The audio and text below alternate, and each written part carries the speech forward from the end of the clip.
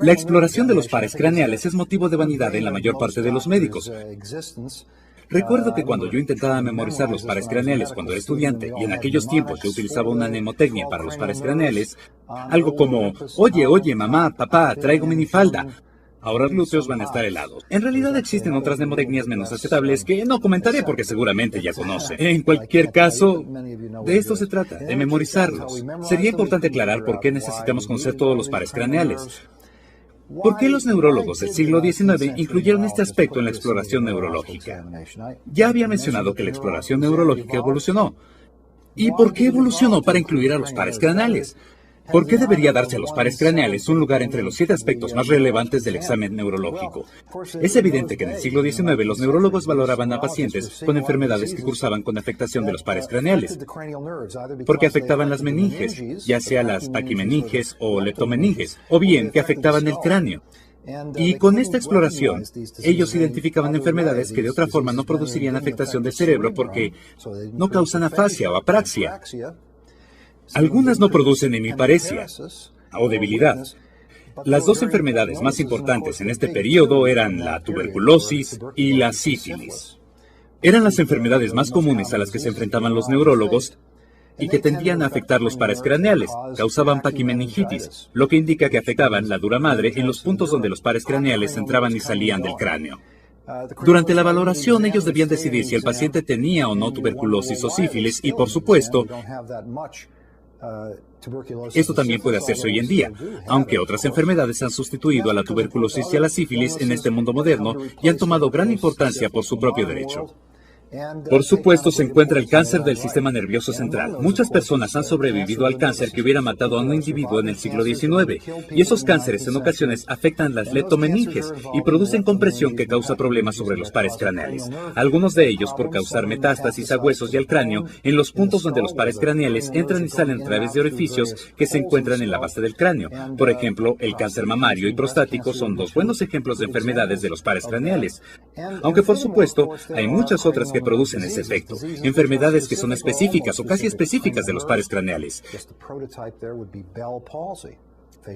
Creo que el prototipo podría ser la parálisis de Bell, la parálisis facial que se presentaba antes y aún se observa en algunos casos de borrelosis o de enfermedad de Lyme, de forma que aún son de gran importancia los pares craneales.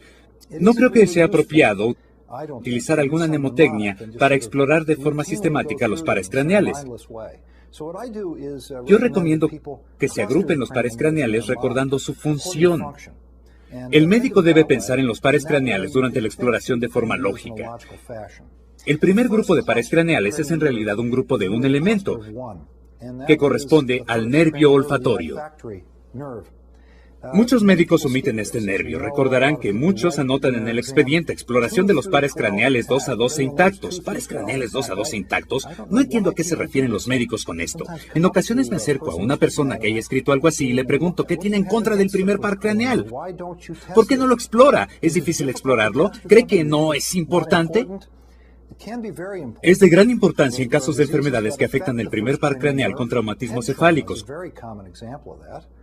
como personas que se golpean en la parte posterior de la cabeza en caídas, que reciben la mayor parte del traumatismo en la cabeza y cursan con una lesión por contragolpe que afecta el bulbo olfatorio, con pérdida de la sensibilidad olfativa y tienen anomalías del sentido del gusto que interfiere con la calidad de vida. Algunos no lo identifican por mucho tiempo, aunque los médicos sabemos que los trastornos del bulbo olfatorio son manifestaciones muy iniciales de algunas enfermedades neurodegenerativas importantes, entre las cuales resalta el parkinsonismo. De hecho, se cree que el parkinsonismo afecta casi siempre el olfato. Existen muchas razones por las que se debe explorar la sensibilidad olfatoria y no es aceptable escribir pares craneales 2 a 12 intactos. Al igual que el resto de la exploración física, no puede decidirse si debe o no realizarse. Depende de la evolución y de las circunstancias, pero no existe una razón para ignorar el primer par craneal.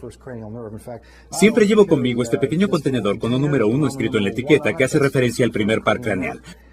Lo llevo todo el tiempo en mi bolsillo, de forma que puedo valorar a los pacientes durante mis actividades cotidianas, cuando camino por el área de hospitalización, no solo en mi consultorio. Alan, por favor, huele esto. No es necesario que le pidamos que se obstruya una u otra narina, solo deseo saber si puede oler esto. ¿Puedes olerlo? Huele bien. Creo que es café. Café, es correcto. Este es un café viejo. No es un café muy bueno. Debo reemplazarlo en breve. Es algo sencillo. Puede utilizarse menta. Guardar un poco de menta en un pequeño contenedor como este utilizando menta fresca. Solo toma un segundo, vale la pena y en ocasiones es una prueba fundamental. La persona puede decir, perdí mi sentido del gusto. En el interrogatorio, el paciente podría referir que sufrió una caída y se golpeó la parte posterior de la cabeza. El médico podría pensar en una probable contusión del bulbo olfatorio, una lesión por contragolpe, y entonces verificar el sentido del olfato, que corresponde al primer par craneal. Este es el primer grupo y contiene un elemento. A continuación hablaremos del grupo que incluye a los ojos. ¿Qué pares craneales se exploran junto con los ojos en una y otra forma? Este es un grupo grande y voy a tratar de explicarles cómo se exploran los pares craneales, que abarcan los pares 2, 3, 4, 6 y 8. Todos ellos relacionados con los ojos, y a continuación mencionaremos todo lo relacionado con la exploración. Si se explora cuidadosamente sus ojos, se observa que sus ojos son normales en todos los sentidos. Hemos explorado los pares craneales del 2 al 8, de forma que si se tiene un buen sentido del olfato y si sus ojos se encuentran intactos, ya hemos realizado la exploración del 1 al 8 de 12 posibles pares craneales, lo que no está nada mal. Ahora se realizará la exploración de los ojos en forma organizada, explorando los globos oculares, las pupilas y sus conexiones con el sistema nervioso central, pero también se explorarán los movimientos oculares y de los párpados.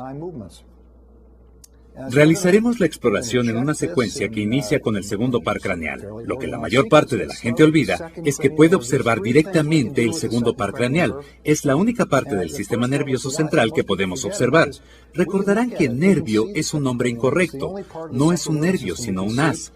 Por desgracia, los neuroanatomistas antiguos lo denominaron nervio, de forma que aún usamos el nombre de nervio óptico, que corresponde al segundo par craneal. Puede observarse directamente. No debe pasarse por alto la oportunidad de observarlo. Hay muchas razones por las cuales observar el nervio óptico. Usaré este oftalmoscopio que llevo en mi bolsillo cuando estoy en servicio. Yo no entendía cómo mis maestros podían observar los ojos con un oftalmoscopio pequeño, pero en alguna ocasión me mencionaron algo que quedó grabado en mi mente. Fue que tal vez no fuera un oftalmoscopio muy bueno, pero al menos podía observar los ojos de cualquier persona porque siempre lo tenía cerca. Tal vez usted pueda tener un oftalmoscopio apropiado en la pared de su consultorio, pero este equipo no estará con usted en todo momento. Es bueno tener un oftalmoscopio pequeño para fines neurológicos. Es lo suficientemente bueno para la mayor parte de nuestros propósitos.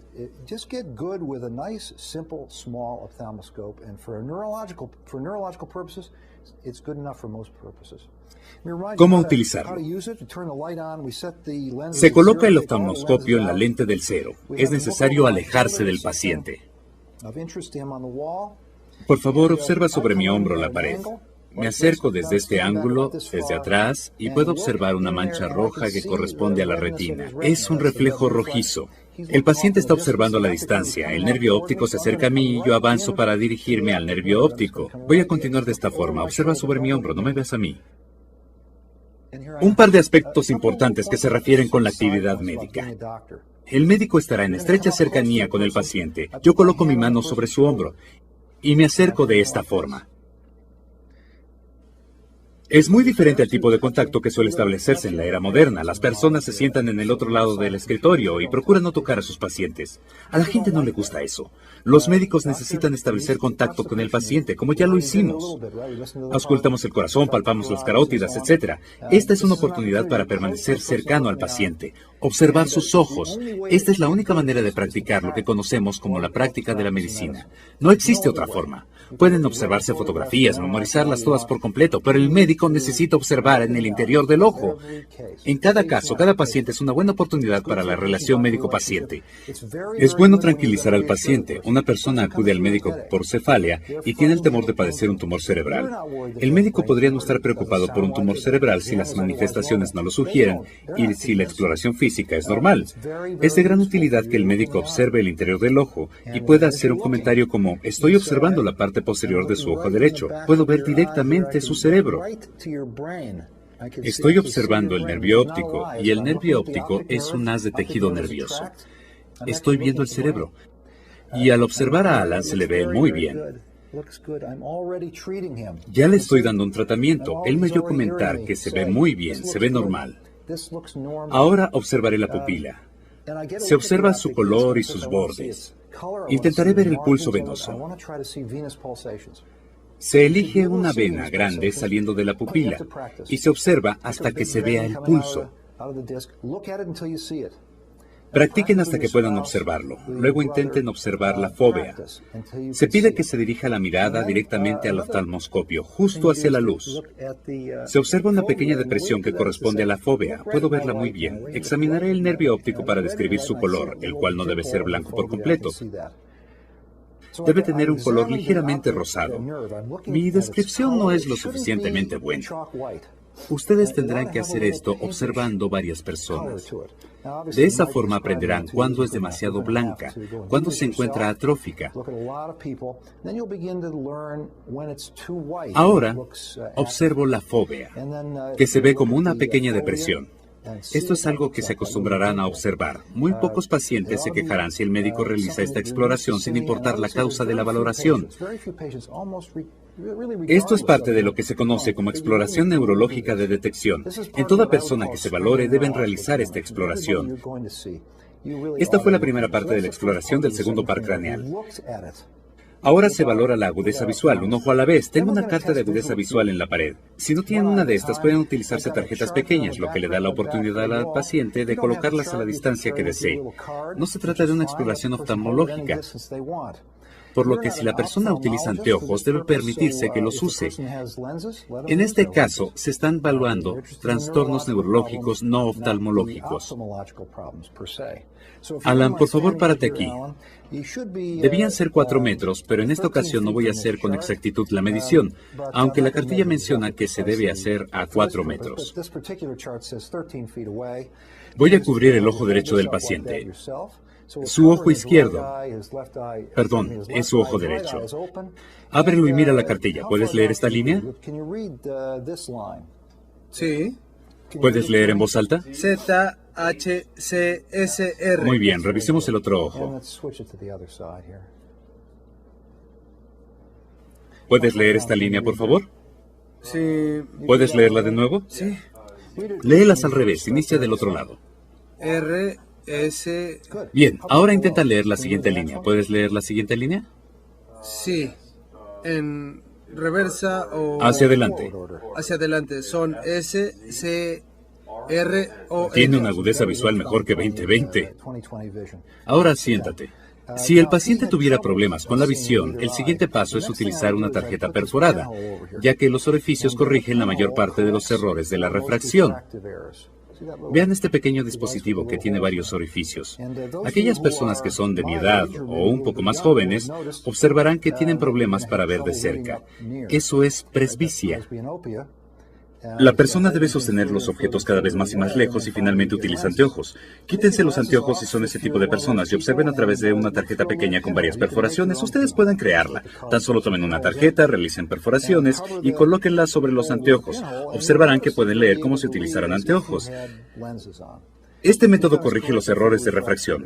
Es útil para neurólogos porque nos interesa la pérdida visual de origen neurológico, por lo que la valoración de la agudeza visual es el segundo componente de la valoración del segundo par craneal, y el tercer aspecto de importancia es la valoración de los campos visuales. Es muy importante valorar los campos visuales porque es una de las valoraciones en las que el paciente no puede referir síntomas. El paciente tal vez no sepa que ha perdido campo visual. Los pacientes, las personas e incluso algunos médicos no comprenden en realidad el concepto de campo visual. Existe un espacio extrapersonal y se crea un mapa del espacio visual. Una imagen mental formada por lo que se observa con ambos ojos. Lo que se observa con el ojo izquierdo podría no observarse con el derecho. Ahora mencionaremos 3 niveles de sensibilidad que se pueden valorar. Les mostraré un par de cosas simples que pueden utilizarse con un paciente muy enfermo, alguien que puede cooperar y, por último, una persona muy cooperativa. Iniciemos con el método más simple. Supongamos que se valora a un individuo con confusión. Podría tener problemas para observar al médico a la cara. Mírame a la cara. Lo que haré a continuación es crear una amenaza visual como esta. Aplicaré una amenaza visual de este lado, una amenaza visual de este lado, y observaré cómo parpadean sus ojos. Después de 2 o 3 veces, sus ojos dejarán de parpadear, por lo que el médico debe estar preparado desde la primera vez para observar el significado del estímulo visual. Otro método es hacer que aparezca con rapidez un objeto de interés, con lo que podrá realizarse la valoración de los 4 cuadrantes de esta forma. Puede utilizar algo que produzca mayor interés, como un billete. Se le estimula y la persona observa hacia la cara.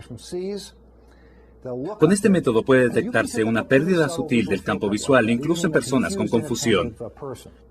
Si la persona está un poco mejor, pero su estado mental no es perfecto, podría pedirle que viera la cara del médico directamente a mis ojos y mencione cuántos dedos observa. ¿Cuántos fueron? 2. Bien, ¿cuántos son ahora? 5. ¿Y ahora? 1. ¿Y ahora? 6. Eso es todo. Solo le mostré 1, 2 y 5 dedos. Solo 3 señales. No le mostré 3 o 4 porque al estar demasiado cerca las personas podrían confundirse. Estoy valorando la amplitud del campo visual. La incapacidad para observar de manera simultánea 2 lados sugeriría un problema en el lóbulo parietal.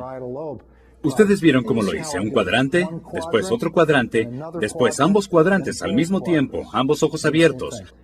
No es una prueba perfecta, pero se realiza con rapidez. Es adecuada en personas con confusión leve. Si un paciente no entiende que el médico desea que le observe la cara, pero aún así mantiene fija la mirada, podrían proporcionarle estímulos rápidos antes de que ellos puedan percibirlos. Véame la cara, véame la cara. ¿Cuántos dedos mostré? Muy bien, con eso basta. Estoy seguro de haber valorado la visión periférica porque no le di tiempo de mirar. Ahora podemos cubrir un ojo. Para esto se necesita una persona muy cooperativa. Cubriremos un ojo para valorar el campo visual en un ojo. Voy a alinear la mirada con el ojo apropiado. Mi ojo derecho con su ojo izquierdo y voy a comparar los campos visuales en mi propio campo visual. Se explora su campo visual en forma paralela. Voy a mover mi dedo. Avísame cuando lo veas. Lo veo. Mira directamente a mi ojo. Lo veo. Lo estoy viendo. Comparo tu campo visual con el mío. Lo veo. Él es muy cooperador. Esto permite encontrar su punto ciego. Pero puede moverse el dedo de esta forma. Avísame cuando dejes de ver la punta de mi dedo. No dejes de mirar directamente a mi ojo. Una vez que encuentre su punto ciego, en realidad son 2 puntos ciegos, aquí se encuentran por aquí, su punto ciego y el mío se alinean. Este es otro ejemplo de la técnica de reflexión, como el de la valoración del estado mental. Depende de que el médico esté sano. Yo dependo de comparar los puntos ciegos y los campos visuales de ambos.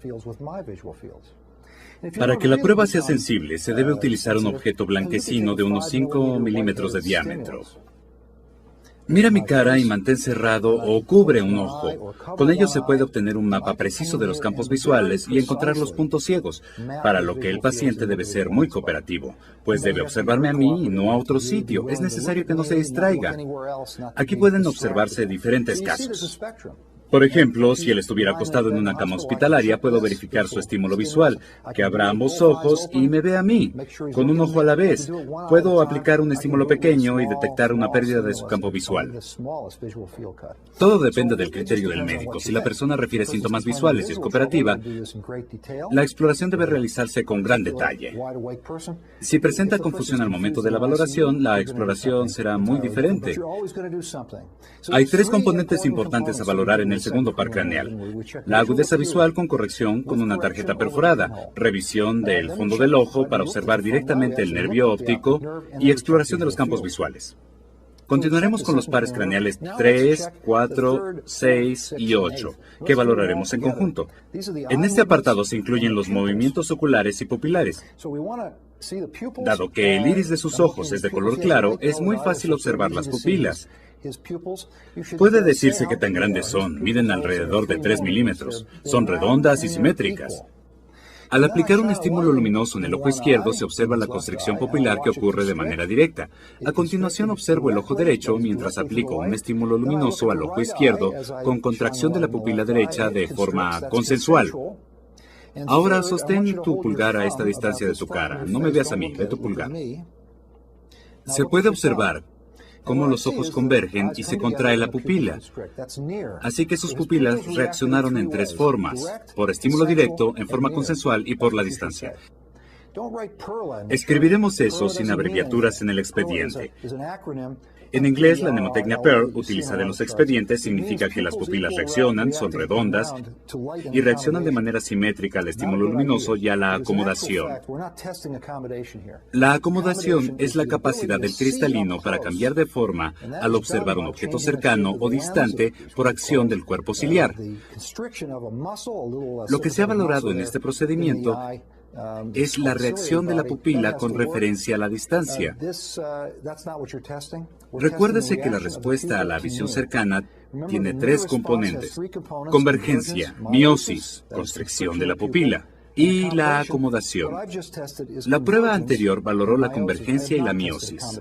La acomodación debe realizarla un oftalmólogo. Así que solo mencionaré que las pupilas tienen 3 milímetros de diámetro, reaccionan al estímulo luminoso en forma consensual, así como a corta distancia. Con esto consideraremos que las pupilas son normales. A continuación observaremos los párpados. El superior cubre la porción más superior del iris, muy por arriba de la pupila, no por debajo de ella, y tienen el mismo aspecto en ambos lados. No hay ptosis, es decir, el párpado no está descendido. Si fuera así, debería decirse si esto es causado por debilidad del músculo elevador del párpado, el cual mantiene abierto el ojo, o si esto es ocasionado por debilidad del músculo de Müller. El músculo de Müller es un músculo simpático circular que rodea el ojo. Cuando presenta debilidad, la fisura palpebral luce estrecha porque el párpado inferior se eleva anormalmente y el superior adquiere una posición anormalmente baja. Esta manifestación es sutil, no espectacular. También se observan pupilas pequeñas en el síndrome de Horner. Al observar el ojo, da la impresión de que es más pequeño, incluso a menudo el paciente lo comenta. El ojo no es pequeño, la fisura palpebral es estrecha y se puede observar una pupila más pequeña que la contralateral y una fisura palpebral estrecha que en conjunto constituyen el síndrome de Horner. Si el músculo palpebral está débil, el párpado superior se nota descendido, pero el inferior se encuentra en una posición normal por debajo del iris, mientras que el párpado superior se encuentra descendido, por lo general en forma mucho más notable. Apenas tocará la pupila. Este es el tipo de cosas que se observa en la parálisis del tercer par craneal, en cuyo caso la pupila se ve grande, dilatada de un lado. Aquí surge la cuestión de definir si una pupila es más pequeña que la contralateral, con o sin ptosis. ¿Cuál lado es el anormal? Digamos, por ejemplo, que la pupila derecha mide 5 milímetros y 4 milímetros en el lado izquierdo. ¿Cuál es anormal? Una se encuentra más dilatada y otra se encuentra más contraída. ¿Cómo dilucidarlo? La forma más simple es reducir la intensidad de la luz en la habitación. Esto ocasionará que se dilaten las pupilas, lo que constituye un estímulo poderoso para la dilatación pupilar. La pupila anormal es aquella de diámetro más grande porque, si bien se dilata, no se contrae de forma normal, en respuesta a la luz brillante, y sucede lo contrario al iniciar con la luz brillante. Esta maniobra, entonces, consiste en reducir la intensidad de la luz de la habitación y después exponer al paciente a un estímulo luminoso. La diferencia entre las pupilas, que se hace más evidente al reducir la intensidad de la luz, significa que el problema radica en la dilatación pupilar y corresponde a un síndrome de Horner. Si ocurre lo contrario, diremos que existen anomalías de constricción pupilar. Tal vez se trate de una dilatación parasimpática en la cual la pupila es más grande de lo normal. Si la diferencia de las pupilas no cambia, si ambas se dilatan al reducir la intensidad de la luz y se contraen en presencia de la luz brillante, pero persiste la diferencia de 1 milímetro entre ambas pupilas, esto puede considerarse normal, lo que se conoce como anisocoria idiopática. Se puede llegar a una conclusión de esta forma. Como sabemos, a menudo existe asimetría entre ambos lados y también entre las pupilas. Entonces valoramos los párpados, exploramos el fondo del ojo y la agudeza visual. Lo que falta valorar son los movimientos oculares, para lo cual hay dos formas. En primer lugar, la persona no refiere síntomas relacionados con el movimiento de los ojos o de la visión. Es poco probable encontrar manifestaciones anómalas.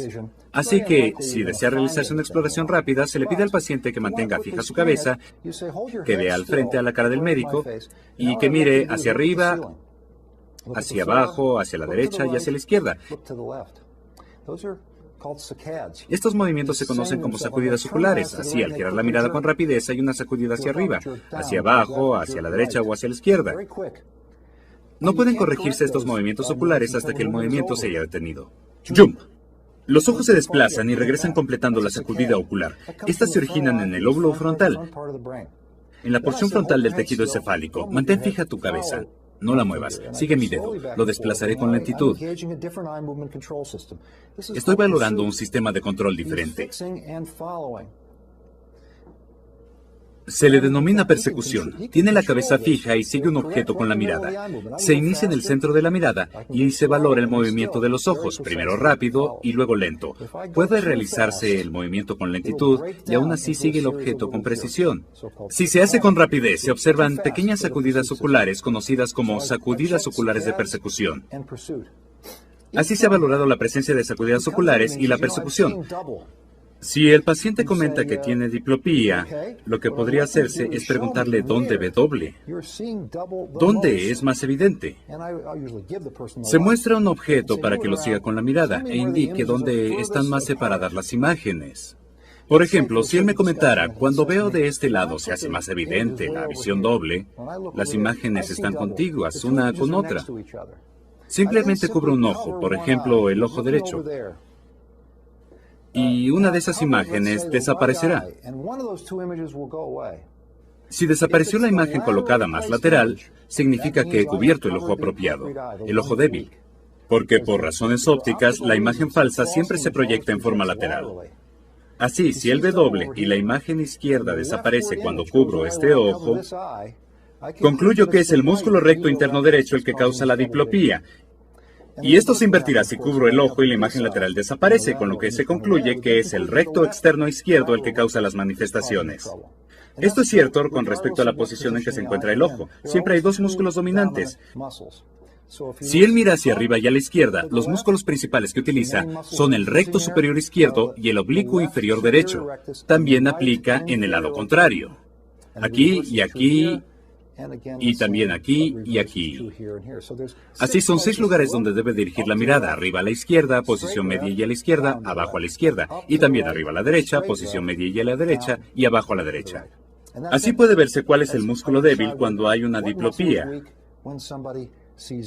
Recuérdese que la diplopía depende de tener visión en ambos ojos. Si alguien tiene ceguera en un ojo, no puede tener diplopía, por lo que será necesario depender de ese aspecto de los ojos y decidir cuál de ellos no se mueve en forma normal. Un buen truco es aplicar un estímulo luminoso a los ojos y observar los reflejos. El reflejo blanquecino que se observa en un ojo debe encontrarse justo en el centro de la pupila.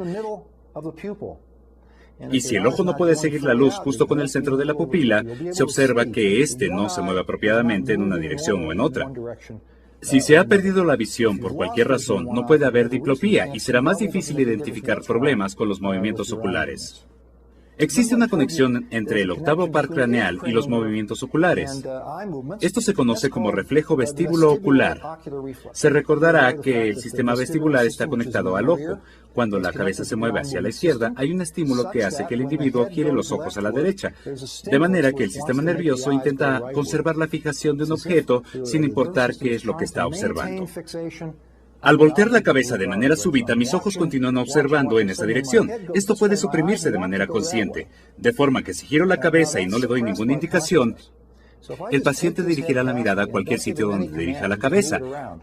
Si giro la cabeza a la derecha, mirará a la derecha. Si giro la cabeza a la izquierda, mirará a la izquierda. Si deseo valorar el sistema vestíbulo ocular en una persona consciente, tengo que ocupar el sistema para suprimir el reflejo vestíbulo ocular. Lo que haré es pedirle que vea un objeto, que vea mi mano y moveré la cabeza de forma pasiva. Ahora, cuando gire la cabeza a la derecha, sus ojos se dirigirán a la izquierda. Cuando levante su cabeza, sus ojos se dirigirán hacia abajo. Esto corresponde al reflejo vestíbulo ocular. Si hay algo incorrecto con la conexión entre el sistema vestibular y el movimiento de los ojos, los reflejos estarán ausentes. lo que indica que hay algo mal en los hemisferios cerebrales, de forma que él no es capaz de suprimir el reflejo de manera consciente cuando giro su cabeza, sin darle instrucciones, y sus ojos se dirigirán en el sentido contrario. Así, el reflejo vestíbulo ocular es de gran utilidad en personas que no pueden cooperar y que no pueden continuar con el resto del examen. Si se valora a un individuo inconsciente, esta es una maniobra que puede realizarse sin su cooperación. Puedo verificar los reflejos vestibulo-oculares en casos en que el paciente no pueda cooperar y tal vez no pueda girar la cabeza. Aún en esos casos, puedo valorar el reflejo al colocar agua fría en el oído, lo que ocasiona que el sistema vestibular se active en forma transitoria hacia un lado, ocasionando un desequilibrio y haciendo que los ojos giren. Siempre puedo hacer que los ojos giren mientras los sistemas funcionen y ellos harán que giren los ojos. Esto permite valorar el sistema incluso en personas que no pueden cooperar en lo absoluto. Con esto se concluye la valoración de los pares craneales 2, 3, 4, 6 y 8. Se valoraron los pares craneales 2, 3, 4 y 6. Pero, ¿qué hay del quinto par craneal? El quinto par craneal tiene múltiples funciones, pero la más importante es la sensibilidad de la cara. La mayor parte de las personas con trastornos del quinto par craneal presentan síntomas como: tengo sensación de quemadura en mi cara, tengo dormida esta parte, no siento el contacto de la navaja en mi cara. Algo de este tipo. Yo no realizo esta prueba de manera detallada, a menos que la persona refiera síntomas que sugieran que tiene algo anormal. Si realizan lo que yo denomino como microneurología, se buscan esos datos finos e insignificantes. En realidad no existe algo como la microneurología, solo existen microneurólogos, neurólogos pequeños. Yo creo que no es buena idea decirle algo así a un individuo. Aquí tenemos un individuo sano. Si esto equivale a $1, ¿a cuánto corresponde esto? ¿A cuánto crees que corresponde? Ten cuidado. No te vayas a equivocar. Esto corresponde a $1. ¿A cuánto corresponde esto? Tal vez 75 centavos. Esto sugiere que existe una pérdida de sensibilidad en la cara, que sabemos que en realidad no existe tal pérdida sensorial. Ustedes podrán observar que él se puso un poco nervioso o ansioso mientras el médico mencionaba: sé cuidadoso, muy cuidadoso, dame la mejor respuesta que puedas. Las personas empezarán a decir: no lo sé, 98, 96, y por supuesto se tendrá un positivo falso. ¿Percibes esto como normal en ambos lados? Sí. Bien, no haré más en él. Él está sano. Si buscan ustedes más que eso, buscarán problemas.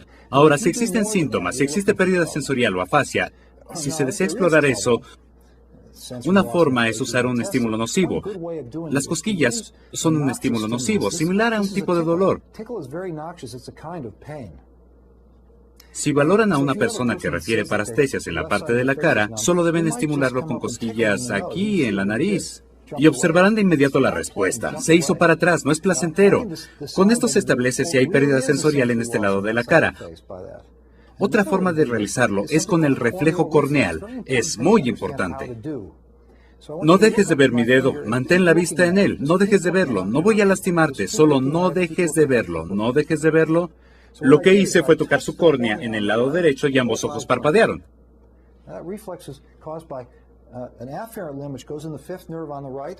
Un reflejo 5-7 y puede llevarse a cabo sin la cooperación del individuo.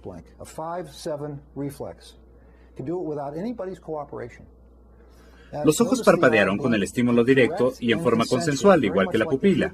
De esta forma, si uno de los ojos, por ejemplo el derecho, no parpadea, se decide que la causa de la ausencia del parpadeo radica en el quinto o en el séptimo par craneales. Esto podría ser de gran utilidad. Si estimulo la córnea derecha y no hay parpadeo en ninguno de los dos lados,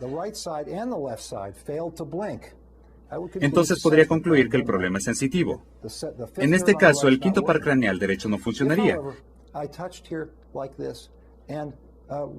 En cambio, si uno de los lados no cierra, tal vez el problema radique en el séptimo par craneal del lado opuesto. Así puedo diferenciar entre lesiones del quinto y del séptimo par craneal utilizando el reflejo corneal. Esta es una sensación muy irritante. Observen cómo sonríe mientras lo estimulo y de esta forma se valora la sensibilidad en toda la cara sin lesionar al individuo y no deja de ser un estímulo nocivo. También es útil el frío. No creo que sea necesario estimular con agujas. En estos días podrían considerarse muy peligrosas. ¿Percibes el frío en ambos lados de tu cara? Sí. Una forma muy importante para valorar a una persona con parestesias de causa psicógena en la cara de una enfermedad real es activar el diapasón y colocarlo en la cara y preguntarle, ¿qué lado es más intenso? ¿Son iguales o existen diferencias en alguno de los lados? Son iguales. En caso de que ustedes valoren a un individuo que mencione que tiene parestesias en el lado derecho de la cara y se coloca el diapasón en la frente considerando que en la frente solo existe un hueso y por lo tanto la vibración se transporta al lado opuesto, si el paciente comenta que solo percibe del lado izquierdo, eso no es fisiológico. El sistema nervioso no puede hacer eso. Nada indica que exista algún trastorno. Al decirme que no puede percibir eso, en realidad debería percibirlo. Esta es una prueba muy importante. Al intentar decidir si alguien dice que tiene problemas de sensibilidad en la cara cuando en realidad no padece algún trastorno. El quinto par craneal tiene otras funciones, pero son difíciles de valorar. Los músculos de la masticación reciben inervación del quinto par craneal, y es muy difícil saber si existe debilidad. Que el paciente cierre con fuerza la mandíbula y palpe los maceteros aquí. ¿Podrías mover tu mandíbula hacia atrás y hacia adelante? Así se exploran los músculos pterigoideos. Abre la boca y no permitas que la cierre. Hay mucha fuerza. Es muy difícil encontrar algún trastorno en estos músculos porque son muy fuertes. Vamos con el séptimo par craneal. Este tiene diferentes funciones, pero la más importante es la expresión facial. Se comentó acerca del parpadeo durante el reflejo corneal. Todos los músculos de la cara contribuyen a la expresión facial y son inervados por el séptimo par craneal. El punto más importante es aprender a valorar y a diferenciar entre los trastornos infranucleares y supranucleares.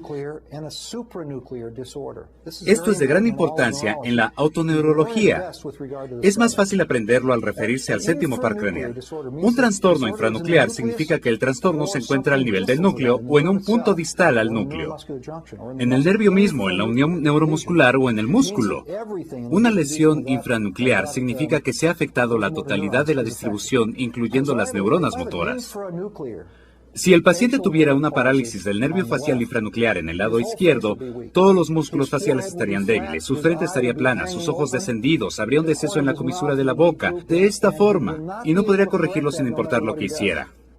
Si el paciente se riera de forma espontánea, su cara se distorsionaría. Si intentara soplar, habría una gran cantidad de distorsión en la cara. Esta no cambiaría sin importar lo que se hiciera.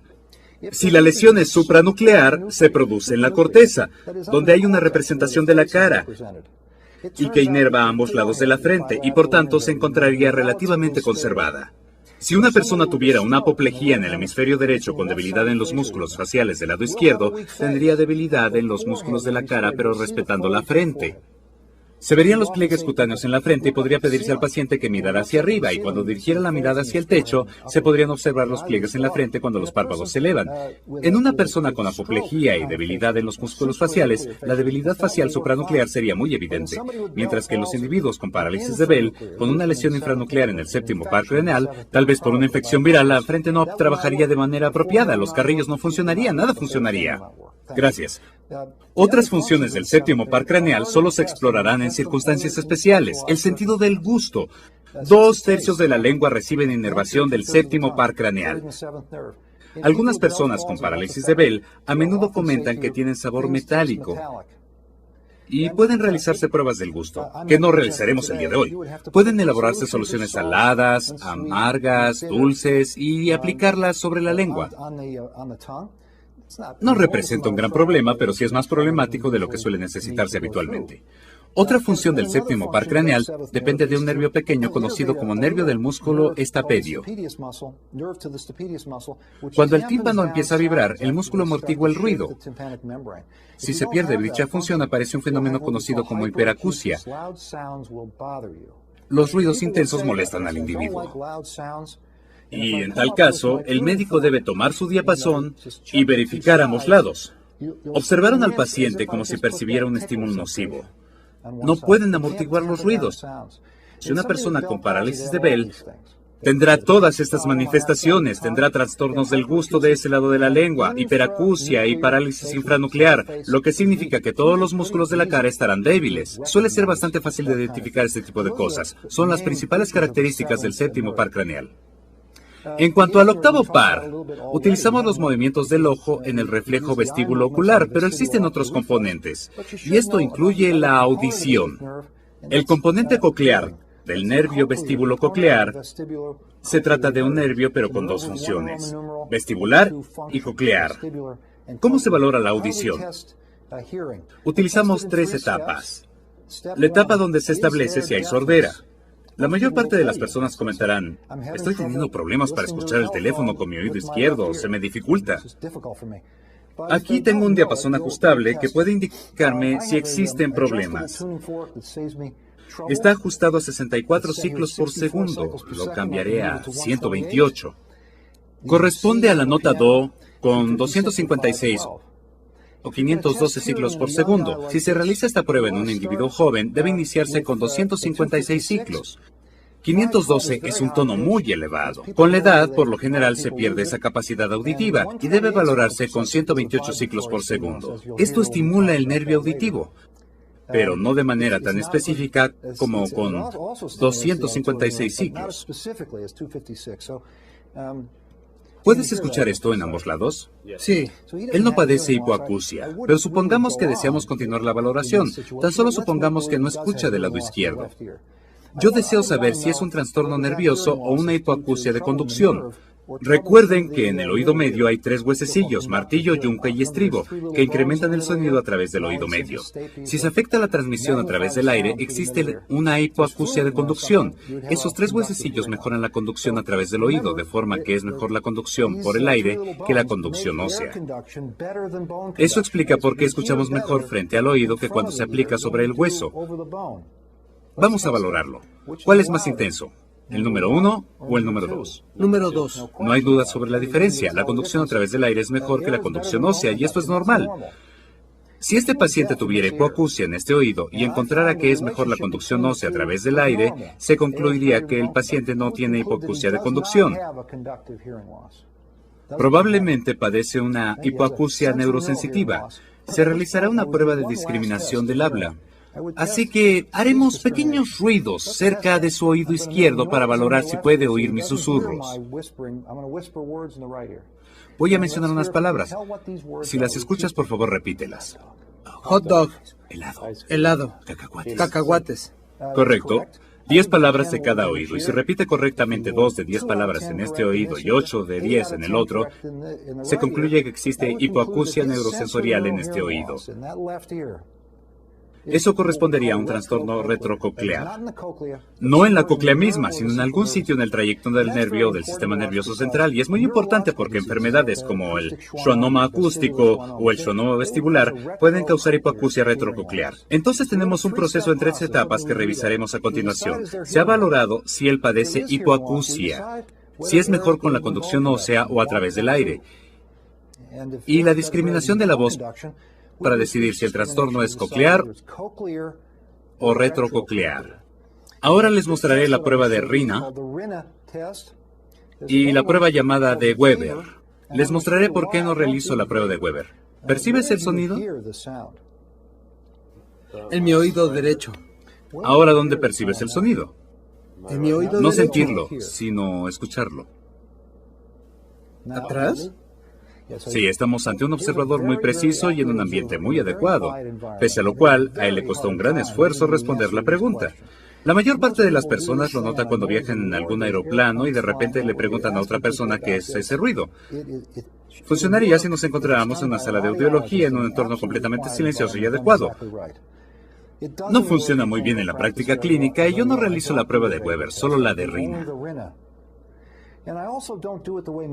Indícame cuando ya no puedas escucharla más.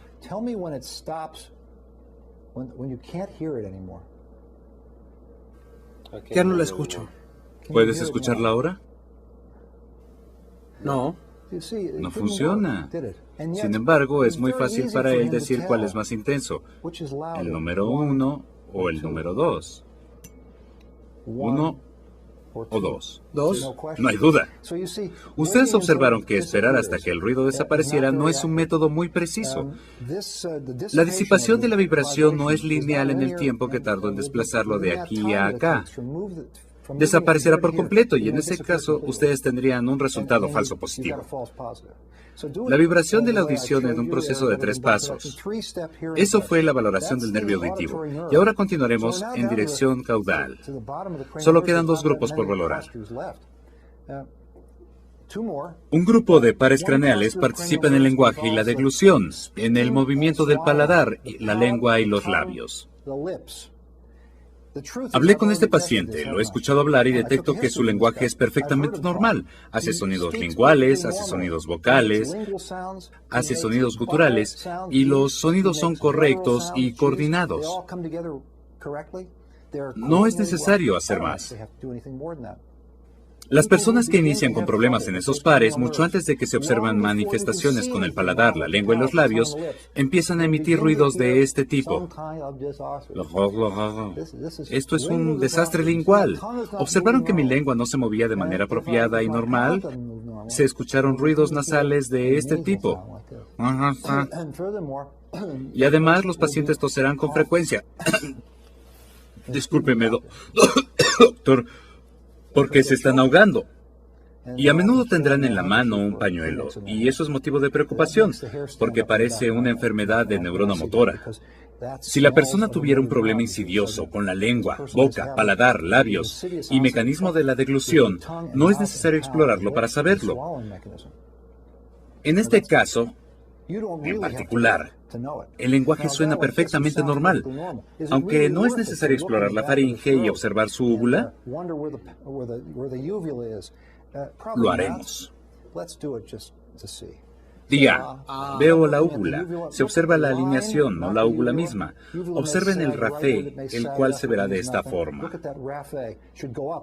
El lado débil se desplazará al lado contrario, en una posición alta hacia el lado sano. Pero no escuchamos un ruido nasal o un lenguaje nasal. Veamos su lengua. Pueden observar que la lengua se mueve. Aunque perciban que se mueve, no significa nada, y no es motivo de preocupación. No significa nada. Algunos pacientes pueden preocuparse mucho si el médico empieza a observar su lengua. No hay nada anormal en la lengua. Tan solo escuchen. ¿Funciona de manera normal? No hay nada malo con ella. Así es como se ve la lengua. Si el paciente abre la boca y no saca la lengua, esta se observará en la base de la boca y aún está moviéndose un poco. Con el tiempo, la lengua presentará atrofia y las personas tendrán terribles problemas con el habla. Grandes problemas. No serán necesarios grandes análisis para saber que hay algo malo con el lenguaje. Escuchen con atención, vean brevemente y no reaccionen excesivamente con el aspecto de la lengua al momento de explorarla. Presiona tu lengua contra mi dedo. Empuja mi dedo. Ahora di la la la la la la la la la la ta ta ta ta ta ta ta ta ta ta ta ta pa pa pa pa pa pa pa pa pa pa pa ga ga ga ga ga ga ga ga ga ga ga popo catapato. Popo catapato. Kiki panca Kiki pampanu. poquiti poquiti poquiti poquiti poquiti poquiti. Poquiti, poquiti, poquiti, poquiti. Si este paciente tuviera un problema cerebeloso del lenguaje, no podría hacer énfasis en el lugar correcto. Paquiti paquiti lola lola lola lola. Así es como sonaría.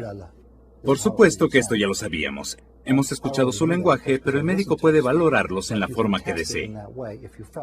Hemos valorado los pares craneales 9, 10, 12, lo que nos deja el 11º par craneal, uno poco común que pertenece al arco braquial y que inerva 2 músculos, el trapecio y el esternocleidomastoideo, músculos muy grandes que participan en el movimiento de la cabeza y el cuello.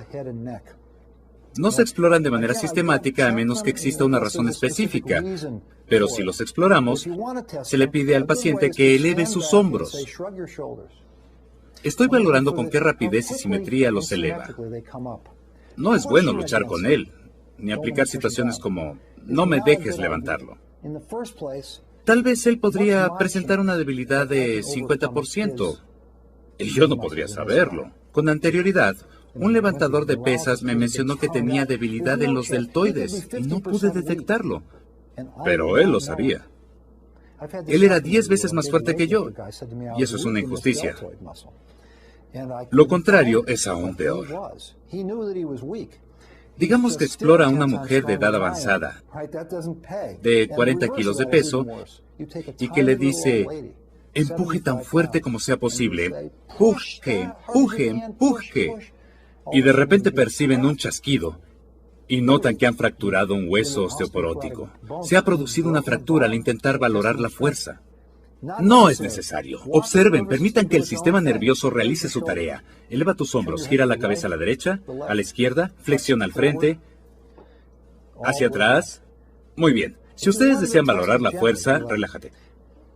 Podrían hacerlo con suavidad al pedirle que empuje con fuerza. Observen cómo se contraen los músculos esternocleidomastoideos. Gira tu cabeza a la derecha, sosténla. No me permitas girarla. Vean la contracción, gira a la izquierda, manténla.